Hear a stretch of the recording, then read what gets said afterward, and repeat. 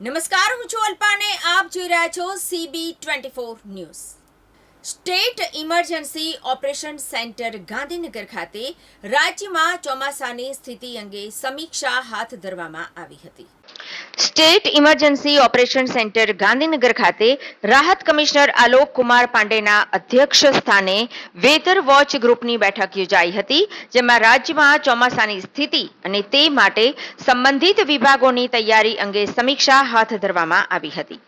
રાહત કમિશનરે રાજ્યમાં સંભવિત તમામ પરિસ્થિતિને પહોંચી વળવા વિભાગોને જરૂરી માર્ગદર્શન અને સૂચનાઓ આપી હતી.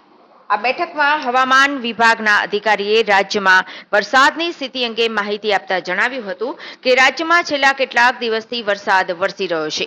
આગામી સપ્તાહમાં રાજ્યના વિવિધ વિસ્તારોમાં ભારેથી અતિભારે વરસાદ વરસવાની સંભાવના છે. આ સંદર્ભે સંબંધિત વિભાગો સાથે જરૂરી ચર્ચા કરી સંભવિત જોખમો સામે એલર્ટ રહેવા તેમણે જણાવ્યું હતું.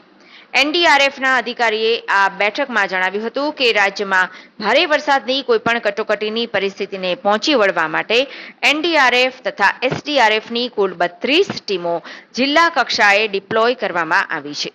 આ ઉપરાંત 2 ટીમને સ્ટેન્ડ બાય રાખવામાં આવી છે.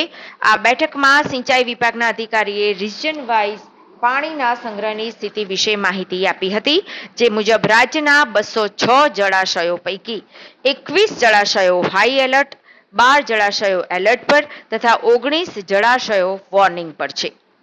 માર્ગ અને મકાન વિભાગના અધિકારીએ જણાવ્યું હતું કે હાલ રાજ્યમાં ઓવરટોપિંગ અને પાણી ભરાવાના કારણે 94 રસ્તા બંધ છે, જે પાણી ઉતરતા પૂર્વવત કરવામાં આવશે.